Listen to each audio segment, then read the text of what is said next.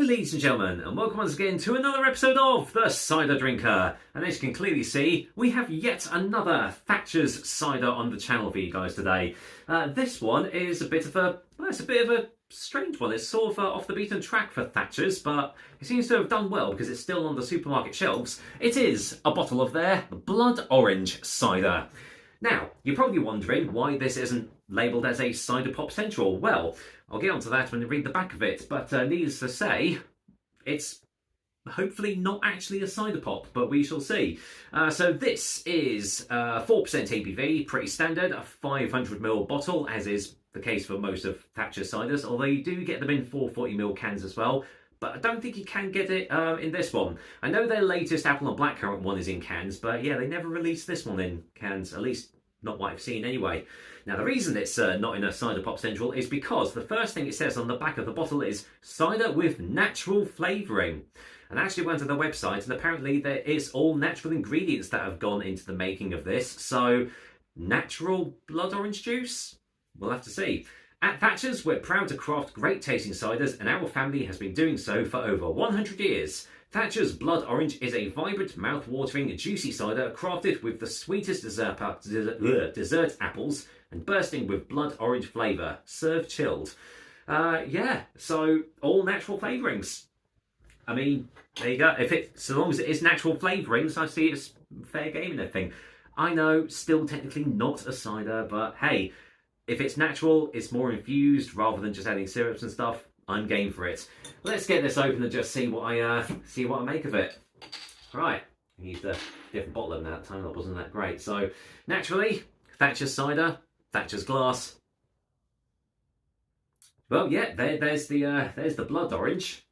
Kind of, that's a bit weird. It kind of smells a little creamy on the aroma. Very bizarre. Very, very bizarre.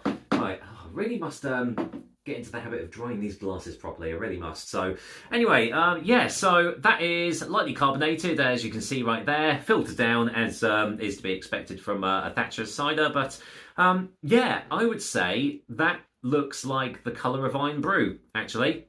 Quite a vibrant orangey colour for a cider. So yeah, kind of looks the part. I mean, you can sort of see it if it was in a clear bottle anyway. But yeah, what does it smell like?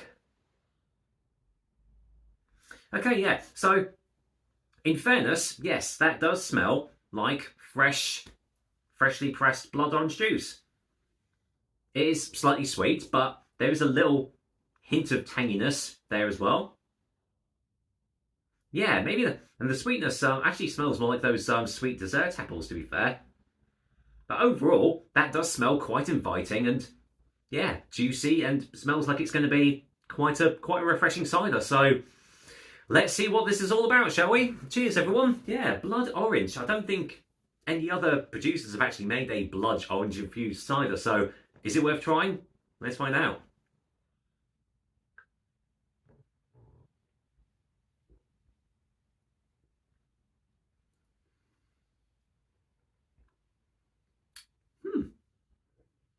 Well, you know what? That is actually not bad at all.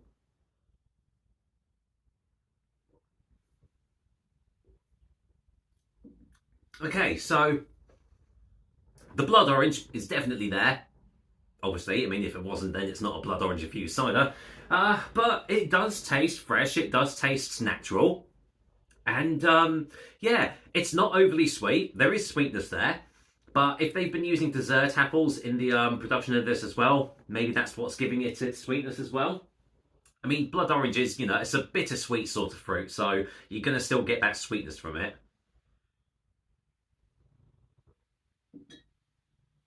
But yeah, it's not syrupy, it's not thick, not getting any cloying sensation. I mean, it doesn't say if sugar's been added in or not. Possibly might have done. They haven't listed any ingredients on the back, but so that's probably where they can still get away with like saying they've used the natural ingredients, because you know they can use natural blood orange flavors like juice and everything, but then add sugar in like the back sweeten it. So who knows? It doesn't actually say anywhere if they have or not. But regardless of that, it does taste nice, and you're not getting that cloying sensation where you know, normally sugar is added in.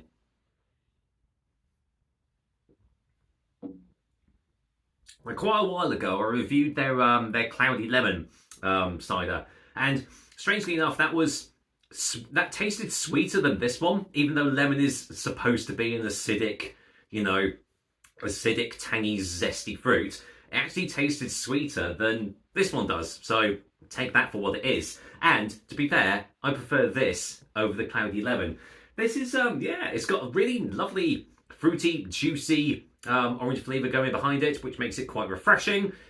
Medium bodied, so it makes you keep on going back in for more. And I would imagine a lot of pubs and bars are going to do the whole shtick of cramming the glass full of ice to make it a refreshing summer drink. I mean, you don't need ice in your cider to enjoy it, but hey, whatever floats your boat, eh? But for me personally, yeah, this is quite nice. So final taste before final verdict.